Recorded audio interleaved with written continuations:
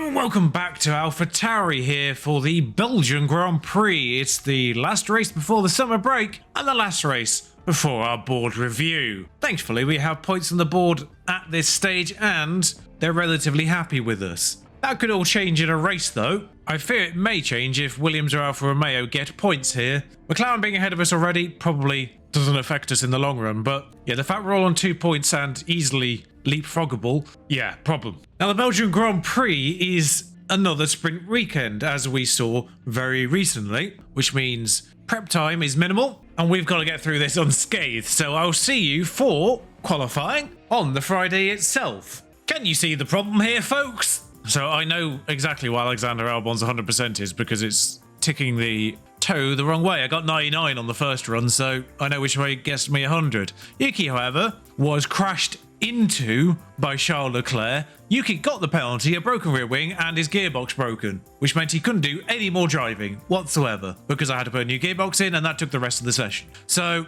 dear Frontier, fix this game. If I'm the one with the broken gearbox, that very much suggests I was the one that was driven into, rammed up the backside by a Ferrari in practice. Actually, the kind of bigger issue there is the fact that people are treating practice like it's a race. But the penalty situation on top of that is also stupid. Oh, he didn't just break the bloody gearbox, it broke everything. Charles Leclerc broke the entire car. Also, my chassis and suspension is now suddenly missing as well, which it wasn't during that. This is why we optimize those on weight going forward. Okay, so that one wasn't actually that far off that anyway. I don't think it actually broke the ERS. Oh no, that was the engine. Oh yeah, he has broken the engine then. And what was remaining on that ERS. For God's sake. I mean, we weren't, to be fair, that wasn't far off hitting the 30s anyway, so the gearbox hasn't really lost a lot. It just meant he couldn't go out again, which is the bigger problem. It's just because it went under 20, which is the threshold for that. I'm still going to run Yuki on what I think is going to be an improvement on his setup. He actually did get 505 on, but that was only 83%, so I think we can improve on that, and I think it says 81, it was 83, that's a lie. Actually, that's really confusing. It definitely said 83, but I'm pretty certain what I've moved it on to is better than that, so, and without the confidence to begin with, it's highly irrelevant. Like, the knock-on effect of Charles Leclerc driving into Yuki Tsunoda here has been biblically problematic. It's broken all 3 parts of my mechanical car, broken 3 parts of the aerodynamics, prevented him from getting 20+% acclimatization because he couldn't drive out again with that broken gearbox, and now his confidence is low, and I don't have a certain improvement. I think it is going to be improvement, but I don't have a certain 100% car setup. Like, Charles Leclerc has ruined Yuki Tsunoda's race in practice, and the sprint for that matter. I might as well actually take the penalties for Yuki here, but I can't because I don't have the money. I could do the gearbox and the ERS, but I can't do the engine. I mean, he's 100% going to need a new ERS at some point. The problem is one of these gearboxes is going to have to become the practice gearbox because the last practice gearbox is now destroyed entirely. He might have been able to get to the end of the season with those 5 if it wasn't for that. I'm going to do it. The engine's going to have to stick it, really, but you can see the difference, by the way, in gearboxes. Yuki has 3 utterly destroyed. Alex has 1 that's on the borderline, 1 that's still a practice gearbox with another couple of practices, and then 3 that's still perfectly viable. The RS situation with Alex is still borderline for getting to the end of the season. This one's good for another few practices, and this one's good for another few races, but we're probably going to need another race-worthy one towards the end, potentially. 2 reasonable engines and a practice engine, which will probably last for the majority of the season. We might be okay on engines provided there's no further incidents with Alex, which is highly unlikely, I completely admit. So qualifying doesn't really matter for Yuki. I should say, by the way, there is rain scheduled for the race. It said moderate rain as we get stuck on literally everyone on that flying lap. Second flying lap might be a little bit smoother, although I think Yuki Tsunoda got a little bit stuck on Piastri there. It's a massive improvement by Albon. It's a 1 minute 40 lap, so improvements are unsurprising. And actually having warm tyres for that, first sector, which is just entirely a straight, essentially, is probably going to be crucial. By the way, I've tried various methods here, and the most effective method for guaranteeing being able to get onto a 1-lap run from a 2-lap run is just changing tyres twice. So set it on 1 lap with the same tyres and then put it onto the tyres you actually want and then it sorts itself out. It's a weird little bug, but it's a bug that's only really going to be a problem because of the fact that you have to do 2-lap flying runs anyway, because of the way the game's working currently. Now, it's 3 minutes 40. Albon is 11th. Tsunoda being 14th is probably irrelevant because he'd be at the back for the race anyway, but he won't be at the back for the sprint. So this qualifying does kind of matter for Yuki Tsunoda in that respect. And this is only just because of the greenery of the track. This is one of the rare tracks where the colour version of this actually looks pretty nice. opposed to the kind of shades of blue that we had last year. I've said before that I don't really like the color versions, but it's an actual F1 broadcast thing now, so they're having to replicate it. It's not a Frontier decision, this. Have the Aston Martin slipped down here because, or is their car just not really good at this track? Because Ocon's 4th, and they're kind of in the same ballpark as the one at Haas that's done a good time here. Norris behind is interesting because we've not added anything to this car, and we did look at the comparison last race, and the McLaren car is fundamentally worse than ours, but it was Norris's in particular was good in low-speed corners, and he's not doing as well here because it's not a low-speed corner track where Hungary was. So that seems to be represented. De Vries in 12th, I've just noticed. That's mad. 1 minute 40. Probably going to need about 2 minutes 40 still. Out of curiosity, where's his confidence now? Okay, we got his confidence to very high, which is nice. Trying to work out where the point where you actually deploy is, because you've got that last chicane, so you don't really need to push up until the bus stop, really. Magnussen's done a representative time, I think it is. He's moved up to 8th. Quite often, actually, we find ourselves with drivers doing in laps, but Sargent and Bottas are on out laps. Zhou is on a flying lap currently. I assume he's in here, because I think that's Bottas back there. Yes, he is. He's got that Ferrari up his chuff, but they're both done. So kind of have to worry about Sargent, because De Vries has gone faster and is on a flying lap as well already. So this flying lap is necessary for a change. I mean, it's an interesting angle to come back to there, because that tyre is not on the ground. Okay, so he's approaching the bus stop, so we better deploy him here. We'll go in visor cam. I can sort of see where Yuki is. He's approaching the same point. In fact, actually, we probably better give Yuki some love here, because Albon's already higher. And actually, Albon might actually be safe at this stage, because it's only Yuki that could go past him, to be fair, with De Vries and Zhou. So I think Albon's pretty safe as things stand. But we just got to be careful of Yuki himself accidentally putting Albon out in Q1. Actually, no, 3 people. Oh, no, there's more than 3 people, because Bottas... I think Zhou's not going to go any faster, but Bottas might do. I don't think Tsunoda's going to hit traffic either. Albon is. Both have done faster first sectors. Helpful. So there's plenty of time to spare, actually, still. Actually, I say Albon's going to catch traffic. I think Albon's following Ocon. The traffic that I thought was there for Albon were all... Apart from... Actually, no, there were 2 drivers, I now realise. There was a Merc and someone under that Merc that were traffic. But the other 3 drivers that I thought Alex was going to have to deal with were all on flying laps as well. He has done a slower middle sector, which does suggest that he's had to deal with that in probably an inopportune moment. But Albon goes to 9th, actually. Still looking at the overall. Gained about 2 to 3 tenths, I think, overall there. Yuki Tsunoda on plus 2.2 as things stand. He is safe because everyone else has crossed the line apart from Bottas and Sargent, who I don't think are going to find that time. Puts himself 13th to 100% guarantee himself through that with 2 people remaining. And this does matter because the sprint matters. I mean, we've got to try and get top 8 for points, but, you know, the more people we can frustrate and annoy. Sargent does go better than Tsunoda. Bottas, however, obviously had a problematic first lap, plus 6 seconds, but only goes 19th. So Pierre Gasly also has a penalty, as does Bottas. But yeah, Yuki's obviously on top of his original penalty for apparently crashing into Charles Leclerc, who was, you know, behind him.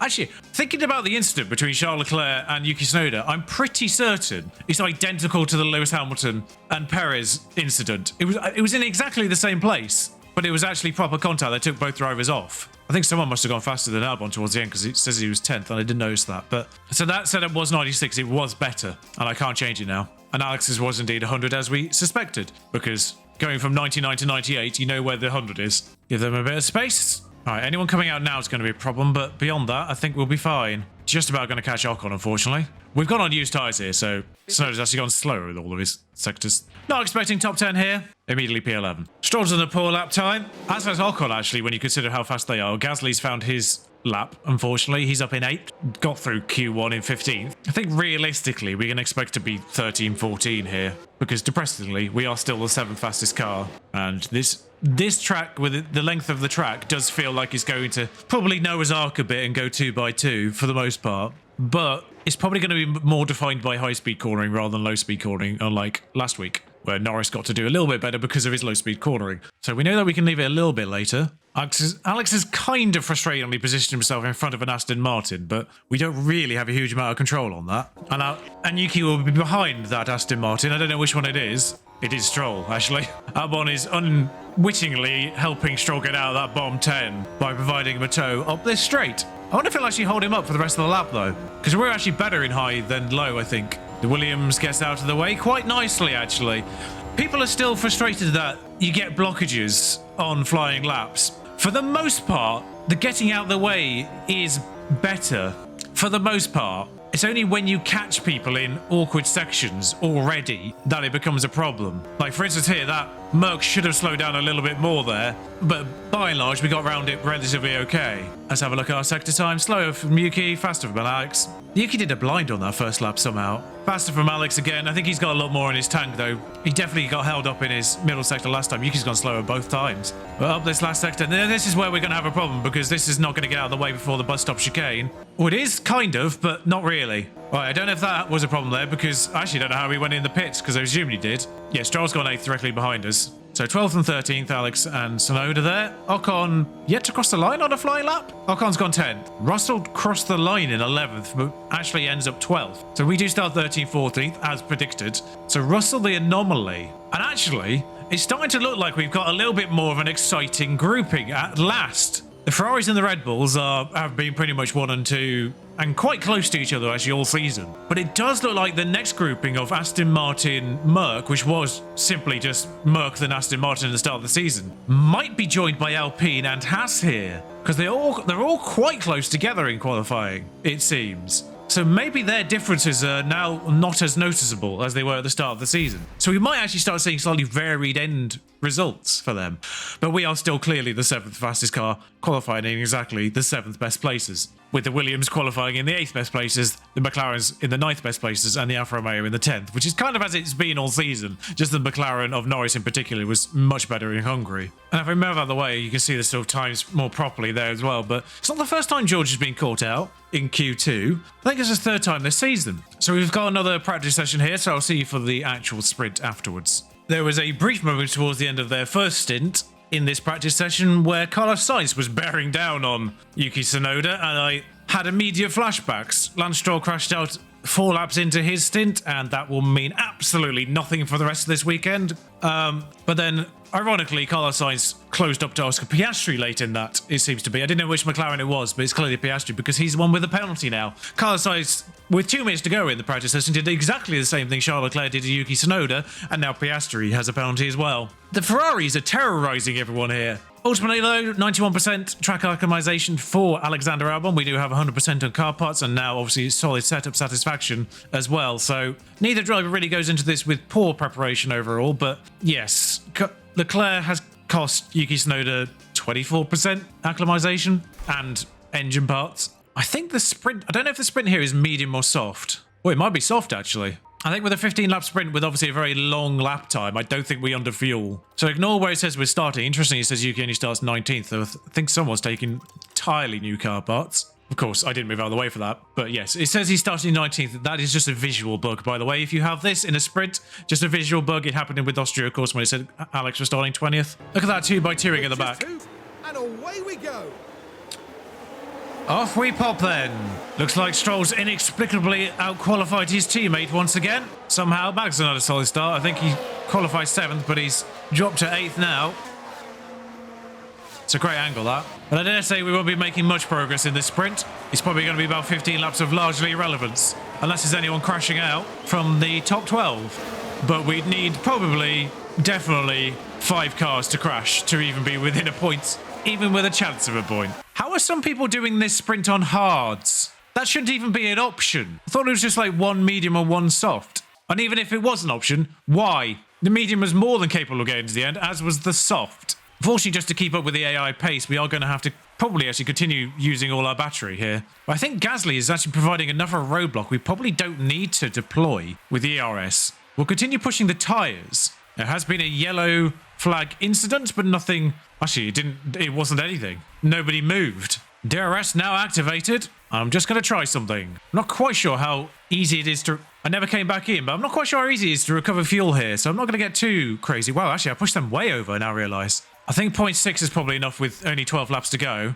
But Albon's still on the back of Russell. Still bring this down a touch, I think. Yuki's struggling to hold on to Alex. I'm surprised Gasly... There we go. I was about to say, I'm surprised Gasly hasn't fallen down further here. But Albon holding on to Russell for the time being. And that's our tyres within a sensible temperature window again. I'm going to deploy with Alex just to make sure he gets back in range. Sargent got through Tsunoda, I just realised. Because it's a sprint, I don't think we're getting these replays for some reason, but please explain to me how deploying with Alex has not got him anywhere closer. Sargent pulling out the same lap time as Lance Stroll there in an Aston Martin. Sargent's random one-lap pace. Actually, it is kind of weirdly only Sargent that does this. Don't get me wrong, there's other drivers like the Alpines that just pull out randomly strong lap times. But it is always Sargent the one that draws my attention. Yuki Tsunoda's position here doesn't really matter unless he's actually getting close to points. But our soft tyres are actually doing better than everyone else's, which is interesting. We are going faster than Gasly now, on his hards, at last. Ocon's run wide means nothing because he's not actually gone anywhere. We've had a highlight.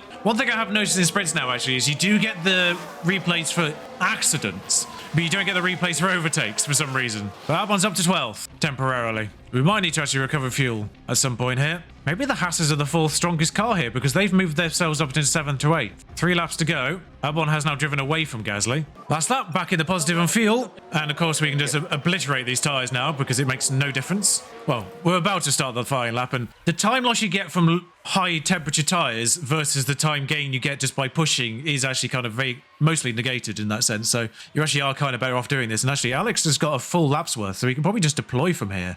We'll see if we can get Tsunoda. I mean, it doesn't really matter actually for Tsunoda and all that, but we might be able to get on the back of Hamilton. Now, tyre choice might have factored into some of this, Hamilton in 11th in particular. Same with De Vries. Alex is going to get close to Hamilton, but not actually overtake him. It'd be nice to start 11th, but realistically, for the race and the sake of confidence, it's probably better to start behind Hamilton with the way this game works. Gasly has a penalty, but he's behind anyway. It's 1 place up for Albon, 1 place down for Tsunoda for some reason. Sargent. Yeah, Sargent got through and didn't relinquish that position. Ever. I think Yuki got him at one point, but he must have got him back. So a whole raft of penalties in this bottom 7. But Pierre had a horrible sprint there, as did Lewis Hamilton because of the decision to use hard tyres for no explainable reason. Which probably means they don't have hard tyres now for the race either. Because you only got 2 sets to begin with. Sergio Perez also won that from 3rd. The master of sprints. So 8 places for Yuki. The engine, wait, is the engine like 11 places? Because he had a 3-place penalty already. So hang on, no, actually, what's happened there? He's changed 2 parts and only got a 5-place penalty for those 2 parts. Weird.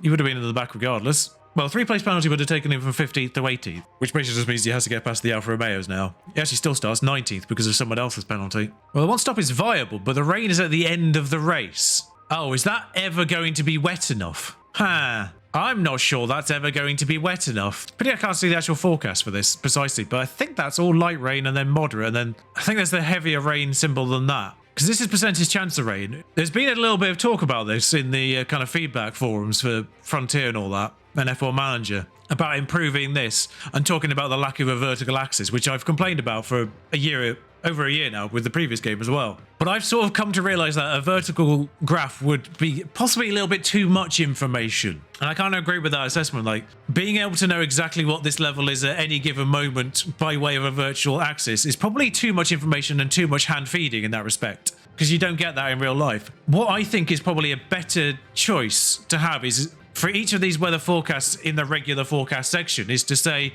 there is an 80% chance 3 millimeters of rain or something like that, let's say. Because then you're still kind of understanding what the peak of the rain is, just knowing what this maximum height here is, and maybe this maximum height here as well. Just sort of saying there's a chance of 2 millimeters, there's a chance of 3 millimeters, because then we still have to work out what the rest of it means for ourselves. So I think that's probably the compromise. Hopefully Frontier will improve this in some way, shape or form, because right now we're clueless. But I don't think this, personally right now, that I do not, based on what I've just seen in the past, I don't think this is ever going to be high enough to be intermediates.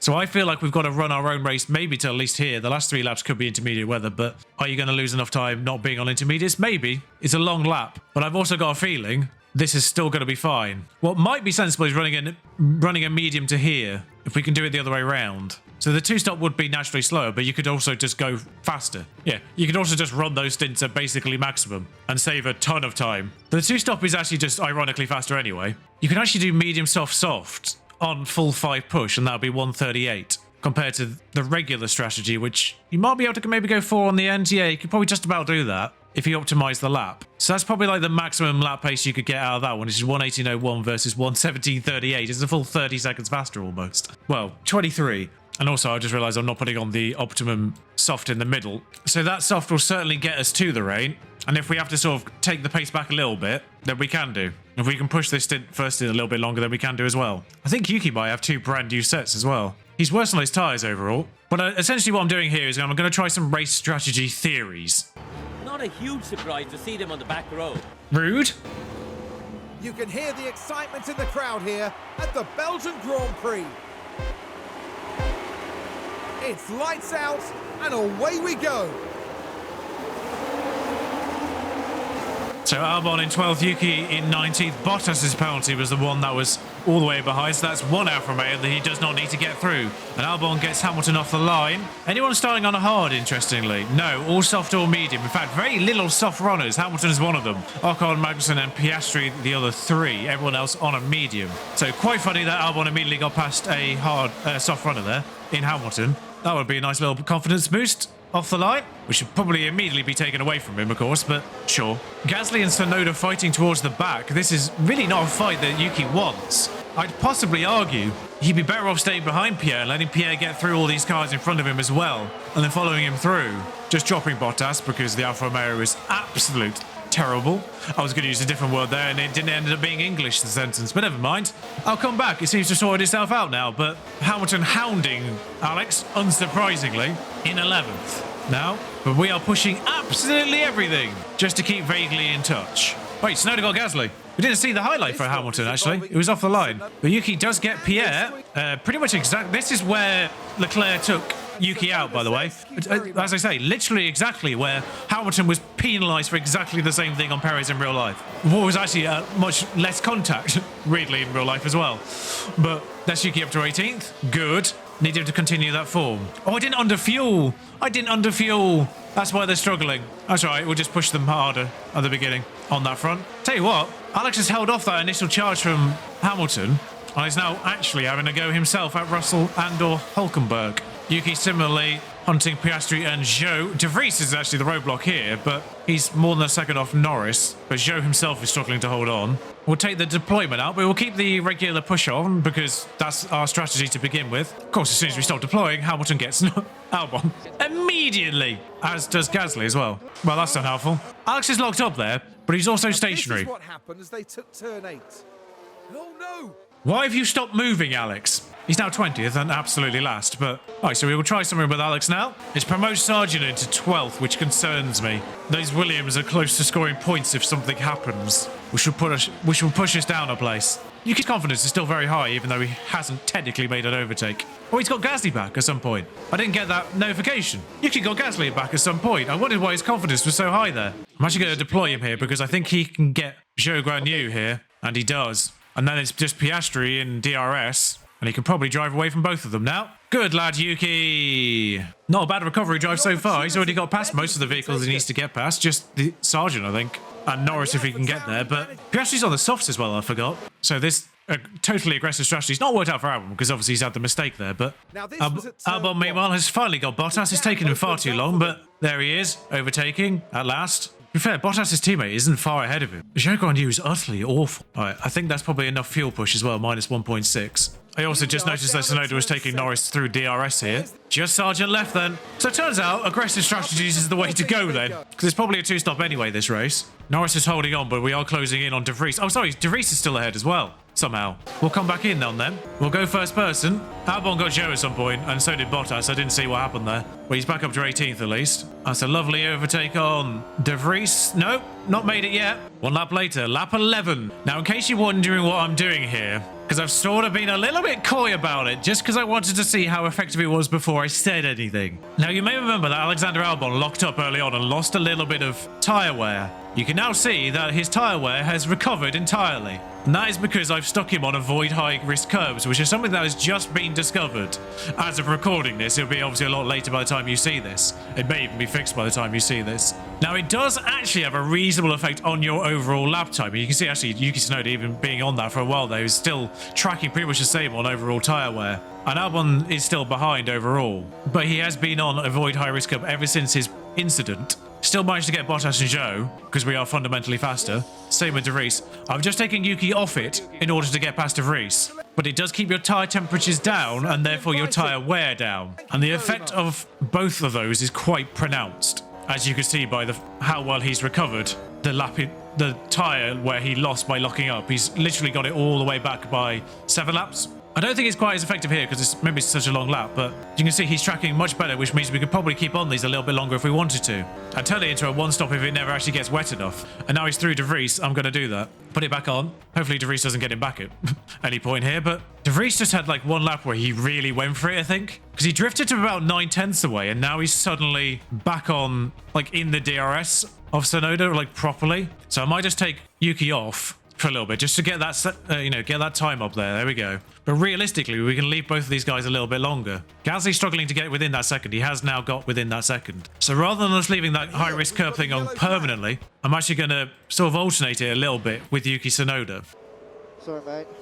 Why does he sound Australian? He's just done exactly the same thing Alex has done without locking up quite as drastically. But why have they gone stationary is the main question. Well, he's not really lost a huge amount. He's just got to get De Vries back now. And actually, he might as well pit now anyway because he's basically lost the tyres regardless. He's actually ironically got worse tyres than Alex now. And he's actually coming up to Alex, so I'm going to tell him to not fight. So wet weather is coming soon, apparently. But I don't think it's actually going to be wet enough. Yuki's saying the rain stopped the second it starts. So Alex has actually reached the rain on those mediums. Are we going to get over a millimetre is the question. It's actually weirdly exactly the same question as we had in real life with the rain. 0.65 now. And it's going to go back down again. I'm risking softs with Alex. Ooh, it's going to go up, but it's going to come back down again. Are people going for inters? They are. I mean, Alex's race has already been largely screwed over here. Still going up, which is my concern here. It's gone up, but it's going to come back down again. It's what it comes back down to is the question. We're losing a lot of time in the rain, but it's gone back under again now. And I think it's going to stay under until the very, very end. So now we're gaining a lot of time on the intermediate runners. I say a lot of time. They're about even. I think we're actually losing time being on dry tyres in dry conditions. Somehow. The track is still classed as dry, and yet we're losing time in dry conditions. We're on dry tyres on a track that is saying it's dry, and we are losing time to people on intermediates. I know it's close to the threshold. There's been an incident somewhere. And both of our drivers are past the pit lane anyway, so I can't even take them in this lap if I wanted to. I don't understand this. So I think it's slowly increasing back towards 1, but then there's going to be a slight bit in the dry, and then it's probably sensible to go on to wets, intermediates after that. We weren't close to points, no one's retired anyway. And Snowden's spun regardless. Alex is better in these conditions. So essentially we've been slightly mugged off here, I think, but ultimately it means very little. We should be gaining so much time right now, and we're not really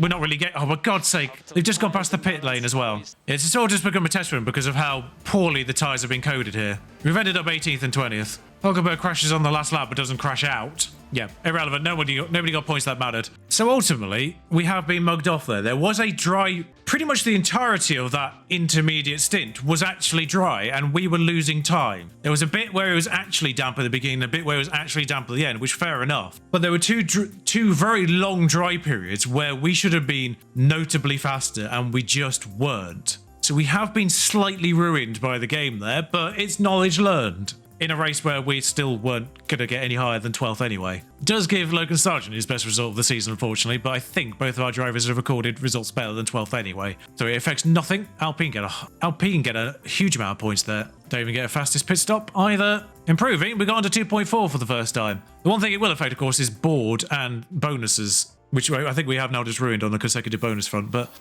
these are the important pieces. Yeah, we are below target, but medium. That's fine. That's where we were before, so it didn't affect our overall board thing. So Zandvoort is 25 days away. It takes 10 days to do one chassis, which is mad, really. But you can see here, the chassis, whilst it is lowering our top speed a little bit, is improving a couple of bits of the corners, but it is engine cooling that the chassis focuses on. Only takes 8 days to do a underfloor, which means we can get 3 in by Zandvoort. We'll just roll that onto 4 just to be certain anyway. But Hago Iwasa Porsche in the top 3 feels like the first time in a while. Aaron Bortoletto and Fornaroli there. Yeah, we haven't got a lot of money left after that manufacturing, but the Dutch Grand Prix in 25 days. I'll see for that soon. Where, once again, we'll start to have more specialised pieces on our car, so therefore we should be moving a lot further forward as a result. The rear wing design that's going to be in a week's time will counterbalance that top speed loss that the chassis is going to be providing us. Like I say, I'm trying not to put ourselves in the negative in too many places, but the chassis benefit on engine cooling, it's unavoidable. So a frustrating race, all things considered. I was kind of hoping for a little bit more from the Hungary and Belgian Grand Prix, but our improvements haven't been quite as notable as I was expecting, and it doesn't really look like we were going to do better than 12th anyway, even if we hadn't been mugged off by that